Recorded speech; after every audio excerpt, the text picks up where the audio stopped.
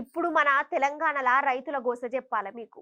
ఆళ్ళ బాధ రాత్తే రామాయణం అయితది, చెప్తే భారతం అయితది. ఆళ్ళది అంతులేని కథనే. ఆళ్ళ గోస జూత్తే దుఃఖం ఆగనే ఆగదు మనకి. చూస్తూనే ఉన్నారు గదా! యూరియా కరువు ఎట్లొచ్చిందో మన కాడ. మీరెన్ని బత్తాలు తెచ్చుకున్నారోల్లా? మీ ఇంటికొచ్చిందా అసలు? ఎంతసేపు లైన్‌లో ఉన్నారు చెప్పుర్రి? ఇగో ఇప్పుడు ఈ ముచ్చట చెప్తున్నా గదా! ఈ టైముకి గూడా యూరియా బత్తాల కోసం ఇంకా లైన్‌లలోనే ఉన్నారు మన రైతులు. ఇగ లైన్‌లో ఉండే మన ముచ్చట్లను చూస్తాండట ఆళ్ళ గోసేందో ఓ పారి అరుచుకొని వద్దాం రండి.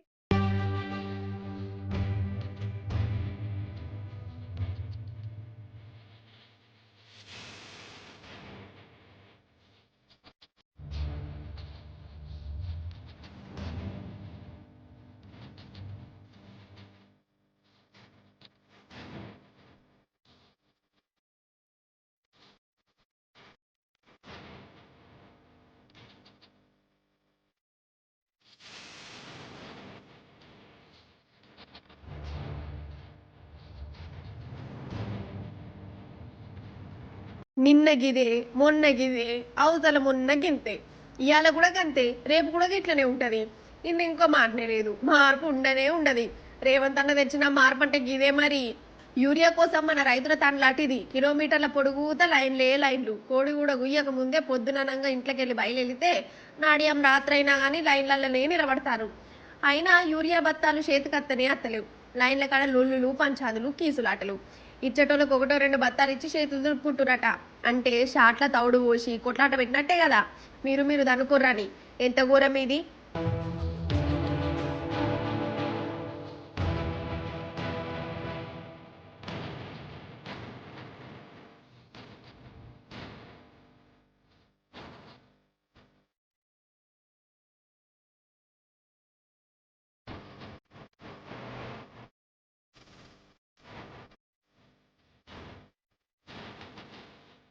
రాష్ట్రంలో ఏ యూరియా సెంటర్కి పోయి గిట్లనే ఆధార్ కార్డులు, చెప్పులు లైన్లలో ఉంటున్నాయి. వెనుక పడితే ఏడు దొరకకుండా పోతుందని తింటిది కానీ విడిచిపెట్టి మరి లైన్లలో నిలబడతారు.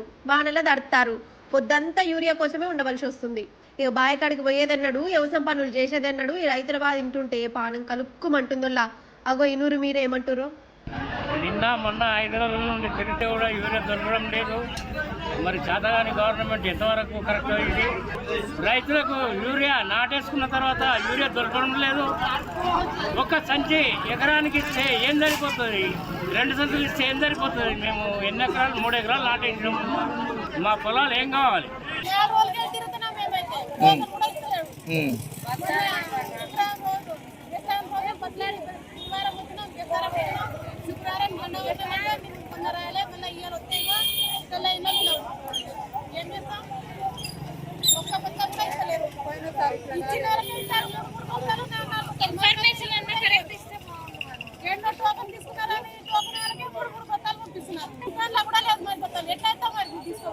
మండల కేంద్రంలో సొసైటీలో యూరియా వస్తుందని నైట్ 1-2 గంటలకు వచ్చి మహిళలు కానీ పురుషులు కానీ లైన్లో ఉండి యూరియా కోసం సబ్బులు కట్టుకొని వచ్చి 2-3 రోజుల కంటే ఉన్నా కానీ ఒక్క బస్తా దొరకక ఆవేదన చెంది అలా నేషనల్ హైవే రోడ్డు పైకి రావడం జరిగింది. దీనికి కారణం రాష్ట్ర ప్రభుత్వమే వహించాలి. రైతు అదును దాడితే యూరియా వేసినా వేస్ట్. అసలు రైతులకు యూరియా దొరకకపోవడేందోలా. ఓ దిక్కేమో కేంద్రం వాళ్ళు మస్తు యూరియా పంపినమంటారు.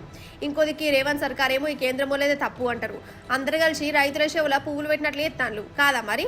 అరే 1 రోజు 2 రోజులు అంటే ఏమో అనుకోవచ్చు. నెలల తర్వాత గిదే కథనా, గిదే గోసనా. ఓ దిక్కేమో ఎరువులు మస్తు నేను సర్కారు వాళ్ళు రాగందిత్తారు. మరి ఇదంతా ఏంటిది? ఈ కరువు ఏడికెళ్ళొచ్చే, ఎవడు పట్టుకొచ్చాయి? నిజం చెప్పురోల్లా.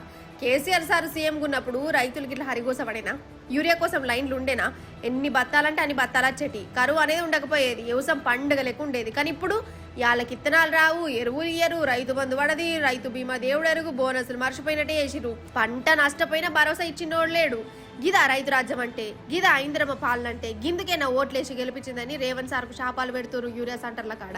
ఇబ్బంది పడతా అంటే మేము ఏం బండి చేయాలి, ఏం చేయాలి చెప్పండి. గింత కొరత అయితే ఎట్లా చెప్పు ఇబ్బంది. మాకు కనీసానికి ఇంతవరకు పిండి వేయలే, నాటేసి ఇప్పుడు దాదాపు 20 రోజులు అవుతుంది. 20 రోజుల బట్టి పిండి లేదు, ఏది లేదు, ఏమీ లేదు. పత్తి అనేది ఎత్తే పత్తికి కూడా ఇంతవరకు పిండి అందియలేదు. ఈ యూరియా గురించి లైన్లు ఉంటానో మేము వచ్చేవరకే కథం అయిపోతున్నాయి. వాళ్ళైనా కూడా ఏం చెప్తాను వీళ్ళు కథం వచ్చేవరకు కథం మేమే కొట్టుకుంటాను, రైతులమే కొట్టుకుంటున్నాం తప్ప. కానీ కనీసానికి ఇంత ఎవరు పెద్ద అనేటోళ్ళకు కనీసానికి ఎవరికి కూడా కథ పట్టించుకుంటలేరు ఎవరు. బ్యాంక్ లో స్టాక్ లేదంటే ఆయన వచ్చారికి మొత్తం అంతా ఖాళీ కథను సెటర్లు ఆడుతాను చూపిస్తాను, చూసుకోవాలి మీకు ఏమైనా బత్తాలనే చూసుకోవాలి, నేను ఉంటే ఇస్తలేనా అని మమ్మల్ని ఎందుకు కంటి చేస్తానని కథ అందరికి సెటర్లు ఆడి చూపిస్తాను. మేము కరెంట్ పెట్టుకునేది, పొలం తిరుక్కునేది, మేము ఏంటంటే మా పని అంతా ఇక్కడనే అయిపోయినాక అక్కడికి ఏడిపోవాలి చెప్పండి. మేము ఇప్పుడు అటు సరిపోతలేదు, ఇటు సరిపోతలేదు, ఏ కూడు లేదు, కుమ్ము లేదు, ఏం లేదు.